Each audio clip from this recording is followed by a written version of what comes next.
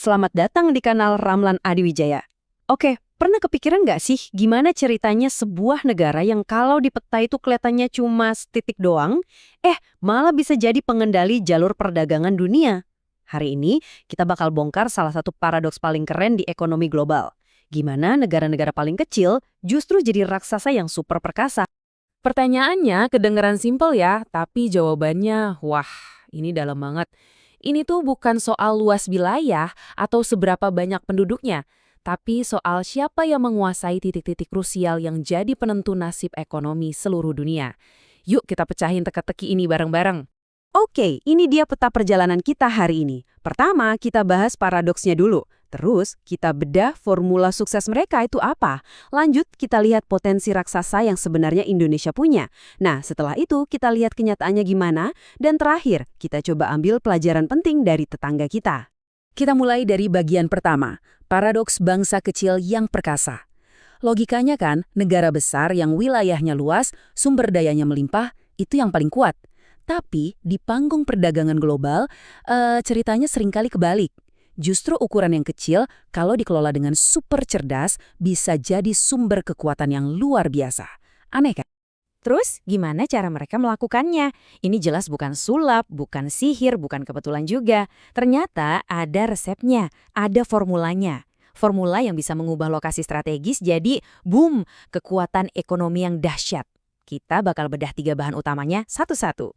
Bahan yang pertama, dan ini yang paling dasar, adalah geografi. Gini, negara-negara ini tuh menguasai yang namanya choke points, atau titik-titik sempit lautan.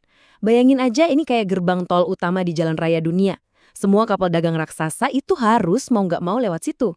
Nah, dengan megang kendali gerbang tol ini, ya mereka pegang kendali arus barang sedunia. Tentu, punya lokasi bagus aja nggak cukup dong. Bahan kedua adalah arsitektur ekonominya yang super pintar. Mereka nggak cuma jadi tempat mampir, tapi mereka bangun ekosistem bisnis. Pelabuhannya super efisien, teknologinya canggih, mereka bikin zona perdagangan bebas, pajaknya rendah, biar investor dunia datang. Jadi, mereka nggak jualan barang mentah, tapi jualan jasa mahal, kemudahan, kecepatan, dan kepastian. Nah, bahan ketiga, dan ini mungkin yang paling susah ditiru, manusianya. Masyarakat di sana itu multikultural, terbuka, udah biasa banget berurusan sama orang asing. Etos kerjanya juga kuat, pendidikannya relevan sama kebutuhan industri global. Budaya mereka itu intinya pragmatis dan saling percaya. 2 hal yang jadi modal penting banget dalam bisnis internasional. Oke, sekarang kita udah pegang nih formulanya. 3 bahan tadi. Yuk kita arahkan teropong kita ke Indonesia. Soal geografi, negara kita ini bukan cuma dapat kartu bagus, tapi mungkin dapat kartu asnya dunia. Pertanyaannya, 3 bahan dalam formula sukses tadi udah kita maksimalkan belum ya? Coba deh lihat angka ini, 40%. Itu bukan angka main-main loh, segitulah porsi perdagangan dunia yang lewat di perairan kita, terutama di Selat Malaka. Ini bukan cuma jalur rame, ini tuh jantungnya sirkulasi ekonomi global. Nilainya triliunan dolar tiap tahun, dan itu semua lewat persis di depan rumah kita. Kebayang nggak sih gedenya peluang ini?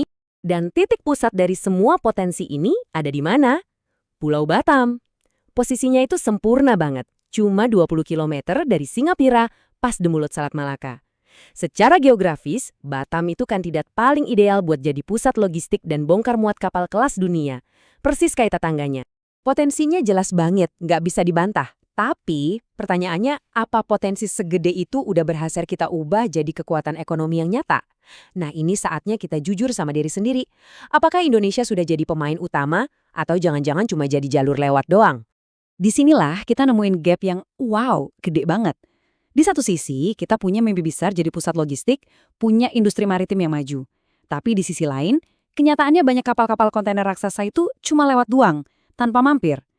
Artinya apa? Semua duitnya, semua nilai tambahnya, jasa perbaikan kapal, isi bahan bakar, asuransi, logistik, itu nggak kita dapatkan. Kekayaannya benar-benar cuma numpang lewat. Tabel ini nunjukin akar masalahnya dengan jelas banget. Coba lihat baris pertama, lokasi geografis. Sama-sama strategis kan? Jadi masalahnya bukan di hardware-nya, perbedaannya itu ada di software-nya. Singapura menang telak karena apa? Regulasinya simple, jelas, gampang diprediksi. Sementara kita seringkali masih ribet sama birokrasi. Efisiensi mereka yang sangat tinggi itu bikin waktu bongkar muat jadi cepat, biayanya jadi murah. Ya jelas aja semua milih ke sana. Nah, dari perbandingan tadi, kita bisa ambil pelajaran yang sangat berharga. Ini bukan soal nyari siapa yang salah ya, tapi soal gimana kita bisa menyusun sebuah cetak biru strategis biar Indonesia bisa merebut kembali takdirnya sebagai poros maritim dunia. Ini dia cetak biru 5 langkahnya. 1. Fokus. Ubah cara pandang kita soal Selat Malaka. Itu bukan cuma perairan internasional, itu halaman depan ekonomi kita. 2. Berdayakan. Kerahkan semua sumber daya buat bikin Batam jadi hub logistik kelas dunia. 3. Ini krusial banget. Sederhanakan. Pangkas semua aturan yang ribet dan tumpang tindih. 4. Bangkitkan. Hidupkan lagi jiwa maritim kita dalam setiap kebijakan. Dan 5. Integrasikan. Bikin semua pelabuhan kita kerja bareng sebagai satu tim yang solid, jangan malah bersaing sendiri-sendiri. Pada akhirnya, pesannya sangat jelas. Punya geografi yang unggul itu anugerah, modal awal yang luar biasa. Tapi, kalau nggak ada tata kelola yang efektif, nggak ada kemauan politik yang kuat, dan eksekusi yang cerdas, anugerah itu cuma akan menjadikan kita penonton di rumah kita sendiri. Takdir maritim bangsa ini nggak tertulis di peta, tapi ditentukan oleh apa yang kita kerjakan hari ini.